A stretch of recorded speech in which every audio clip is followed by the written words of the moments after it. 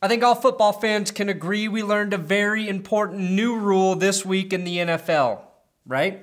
No, I'm not talking about the Jesse James play in the Steelers game. I'm referring to the officials in the Raiders Cowboys game who used a piece of paper to measure for a first down. The angle, right? It has to be dead vertical. Look at this. Can he put a card in between it? You can see it in referee Gene Steratore's face. He's like, this is what I live for. He's all like, if the paper doesn't hit the ground, you must rule a first down.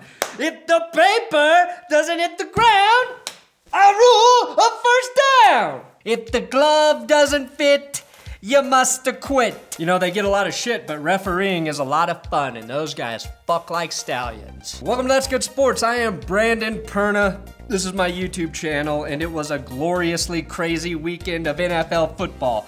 I already made a video about the Jesse James catch, not catch. Check it out. So today I want to cover everything else, the important things. Nick Foles, 4 touchdowns. The elite, Mr. December himself, Blake fucking Bortles, and a major. I do have a major journalistic retraction to make in this episode. So let's recap Week 15.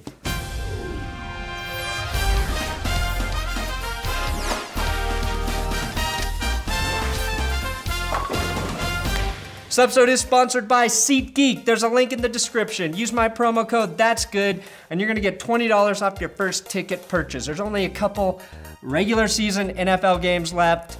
You can get tickets to those games through SeatGeek. They rank all their ticket prices, so you know what kind of deal you're getting. If you're in Cleveland, don't pay more than $10 a ticket. My promo code is ThatsGood. It'll save you 20 bucks. Any ticket. Doesn't have to be NFL football. Just take advantage. Here's what's different about this show. Most sports talkers never admit when they're wrong. That's why I'm better than all of those assholes at ESPN, NFL Network, CBS, FS1, all those places. I will own up to when I am wrong, and this weekend I was really wrong. In 3 prediction episodes, I picked the Chargers, Packers, and Steelers all to win. Wrong, and almost right, but wrong. I said even if Cam Newton, Christian McCaffrey, and Jonathan Stewart all rushed for over 100 yards, Aaron Rodgers would beat them. What I didn't account for was Aaron Rodgers throwing 3 interceptions in one game. I knew he might be rusty, but he had only thrown 3 picks all season until his return game. And even that wasn't enough to fully stop him. He had to get screwed by a very close catch, no catch call as well. That ended up being ruled a fumble. So, hats off to the Panthers, who are looking better and better every week, especially with the return of Greg Olsen, who had 9 catches for 116 yards and a touchdown. Carolina is doing the opposite of the Seahawks and coming together at exactly the right time. Yes, I did enjoy seeing Seattle lose 42-7. I mean, the Rams scored 34 points in the first half. Russell Wilson hasn't been on the wrong side of scoring like that since Golden Tate fucked his ex-wife. Seattle didn't have half of their defense on Sunday, and it showed with the Rams rushing for over 200 yards on the day. Todd Gurley lit it up with 152 yards of his own and 3 touchdowns. It's officially time to ask, where the fuck did the Eagles' defense go? Over the last 3 weeks, the Philly D, no, not that guy, has given up 29.3 points per game. Prior to that, they were allowing 17.3 points per game.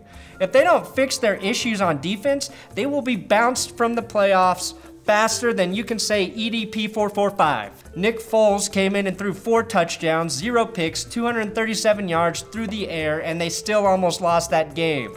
It's kind of crazy we got to see Nick Foles 2.0 before we got a Napoleon Dynamite 2.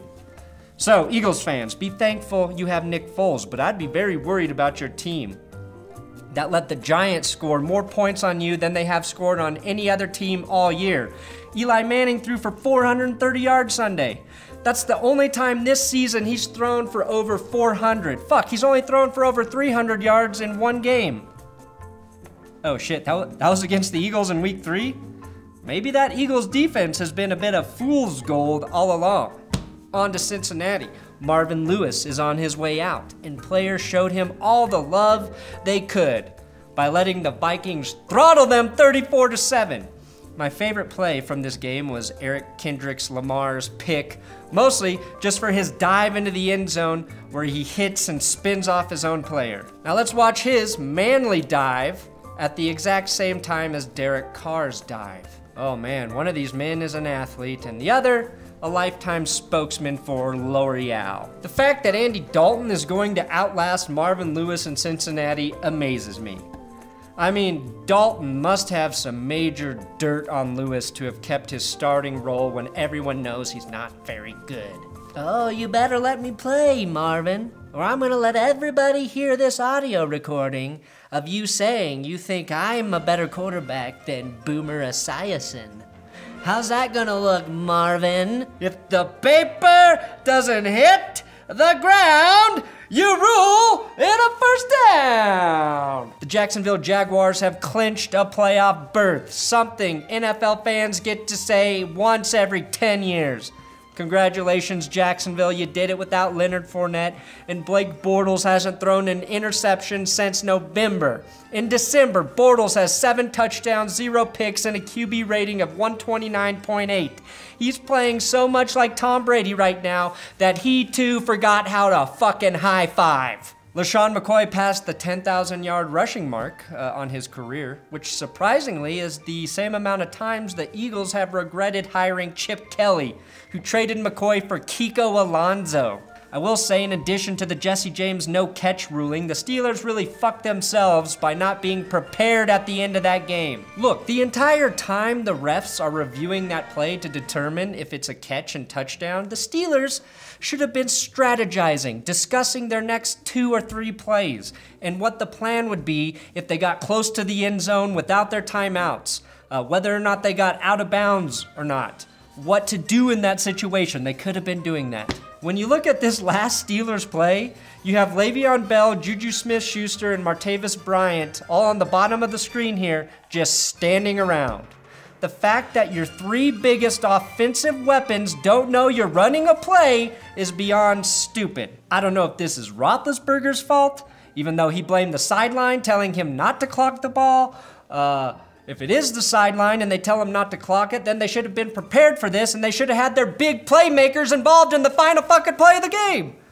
That's the difference between the Patriots and other NFL teams. The Patriots are always prepared for shit like this. You can say what you want about all the bullshit that happened before, but the Patriots were ready. It was bad quarterbacking and bad coaching, and it's why the Patriots, who have far less talent on their team than the Steelers right now, are still favorites to be AFC champions and go to the Super Bowl. Sunday Night Football concluded in exciting fashion.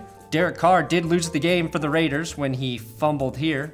I knew his 9 1/8 inch below average NFL hands would cost him at least 1 game.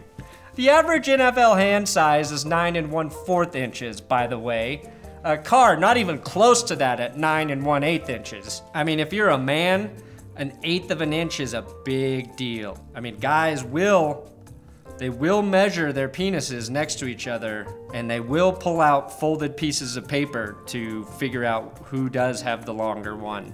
And finally, yes, my retraction. My retraction is this. I can confirm that Stephen Hauschka was not peeing on the sideline during the Buffalo Bills game. He was squirting water or Gatorade out of a Gatorade bottle. The internet fooled me once again.